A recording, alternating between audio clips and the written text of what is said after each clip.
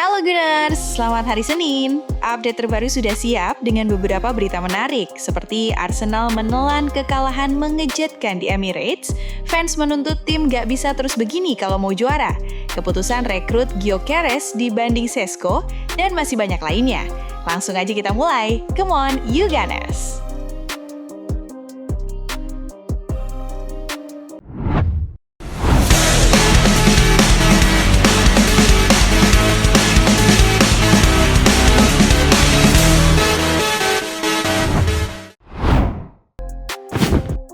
MU hancurkan harapan Arsenal. Manchester United mengejutkan Arsenal dengan kemenangan 3-2 di Emirates, memperpanjang rentetan laga tanpa kemenangan Gunners di Premier League. Arsenal memulai pertandingan dengan intensitas tinggi, mendominasi penguasaan bola dan berhasil mencetak gol pertama melalui gol bunuh diri Lisandro Martinez, yang sempat memberi harapan bagi tuan rumah.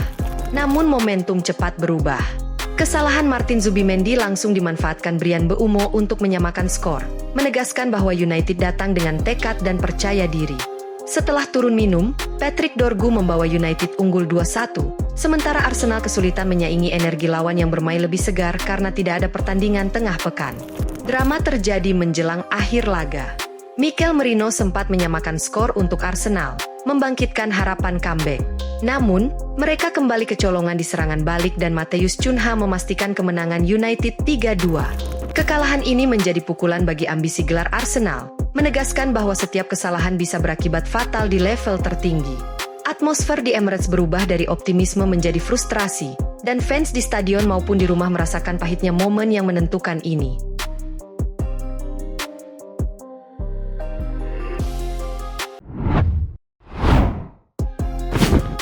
Alasan Arsenal rekrut Gyökeres.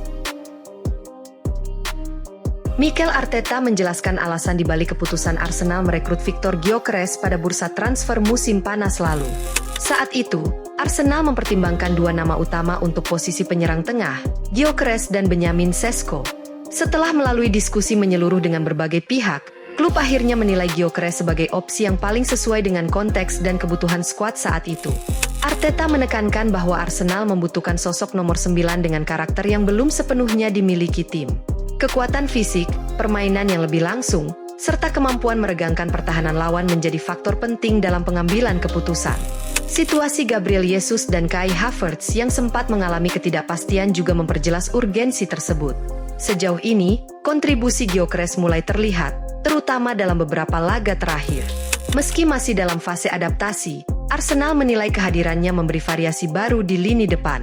Keputusan ini bukan sekadar perbandingan statistik dengan Šeško, tetapi bagian dari perencanaan jangka panjang untuk menjaga keseimbangan serangan, fleksibilitas taktik, dan opsi berbeda saat menghadapi berbagai tipe lawan sepanjang musim.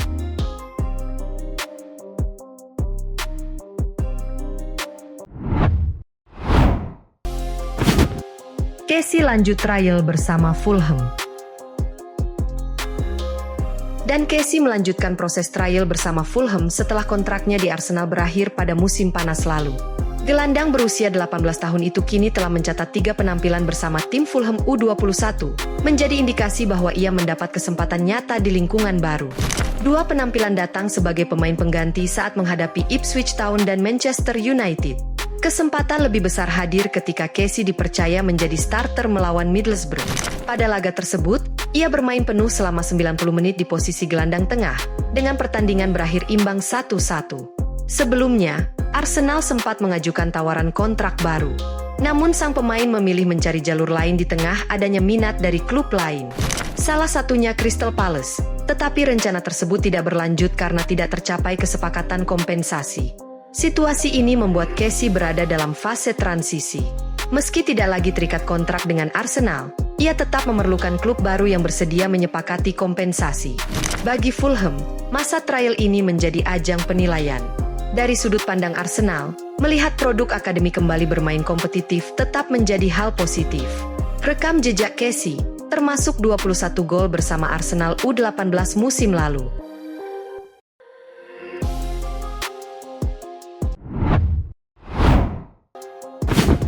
Nwaneri langsung tancap gas di Marseille.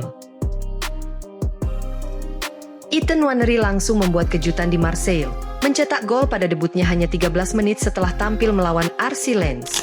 Gol ini membantu Marseille unggul 2-0 setelah Amine Gouiri membuka skor lebih dulu. Pelatih Roberto De Zerbi kemudian mengomentari penampilan Nwaneri, memuji keberanian dan kualitas teknis sang gelandang muda. Ia menyebut gol itu menunjukkan kesiapan Nwaneri untuk kompetisi senior dan menekankan pentingnya menit bermain bagi perkembangan pemain 18 tahun ini. Para penggemar Arsenal pun ramai memberikan pujian di media sosial. Banyak yang menyoroti ketenangan dan percaya diri Nwaneri, menganggap debut ini sebagai bukti bahwa ia siap menghadapi tantangan di level tinggi. Diskusi pun muncul tentang tradisi pemain muda Arsenal yang berkembang di Marseille, seperti William Saliba sebelumnya. Langkah ini menjadi momen penting dalam perjalanan Nwaneri, setelah peluang bermainnya di Arsenal terbatas. Dengan awal yang cemerlang di Marseille, sang gelandang muda kini punya panggung untuk mengasah kemampuan, membangun kepercayaan diri, dan membuktikan bahwa ia bisa jadi andalan masa depan baik untuk Marseille maupun Arsenal, sekaligus menarik perhatian fans di seluruh Eropa, termasuk Premier League, dan memberi dorongan besar pada karir internasionalnya.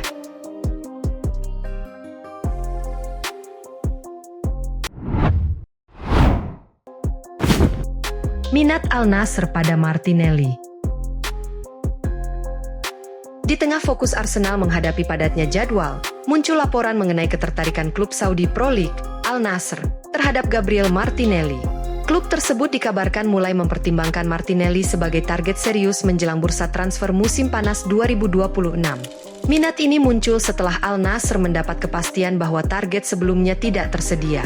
Meski begitu, Arsenal tidak secara aktif berniat melepas Martinelli. Klub hanya akan mempertimbangkan tawaran besar jika selaras dengan rencana jangka panjang dan penguatan skuad. Martinelli sendiri sebelumnya memilih bertahan dan fokus bersama Arsenal. Dengan usia yang masih 24 tahun dan peran penting di tim, fokus utama saat ini tetap pada performa di lapangan. Sementara spekulasi berjalan, Arsenal menjaga prioritas pada stabilitas dan ambisi kompetitif. Nama Martinelli dipandang sebagai aset bernilai tinggi, baik secara teknis maupun strategis, terutama menjelang fase krusial musim dan perencanaan jangka panjang. Situasi ini menunjukkan bagaimana performa konsisten di level atas secara alami menarik perhatian global, tanpa harus menggeser fokus utama tim dari target kompetitif yang sedang dijalani, serta konsistensi peran di bawah arahan Arteta. Semua tetap bergantung pada sikap klub dan sang pemain.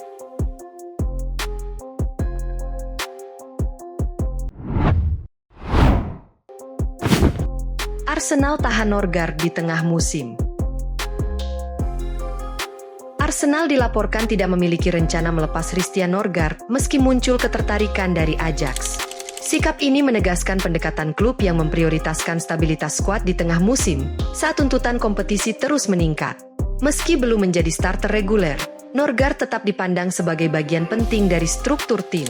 Cedera di awal musim serta kuatnya posisi Martin Zubimendi membatasi menit bermainnya. Namun hal tersebut tidak mengubah penilaian internal klub terhadap kontribusinya, terutama dalam konteks kedalaman skuad. Dari perspektif manajemen, keputusan ini terasa rasional. Jadwal Liga Inggris dan kompetisi Eropa yang berjalan beriringan membuat kebutuhan rotasi semakin penting. Melepas pemain berpengalaman di fase ini justru berisiko membuka celah yang sulit ditutup. Norgard juga dinilai memberi nilai tambah di sesi latihan dan ruang ganti. Kehadirannya membantu menjaga standar internal, terutama bagi pemain muda. Dalam musim panjang, peran seperti ini sering luput dari sorotan, namun krusial saat tekanan meningkat. Dalam kerangka tim, keputusan menahan Norgard bukan sekadar menolak minat klub lain. Fokus utama berada pada kesiapan kolektif menghadapi fase penentuan. Bukan soal siapa yang paling sering tampil, melainkan siapa yang siap ketika dibutuhkan.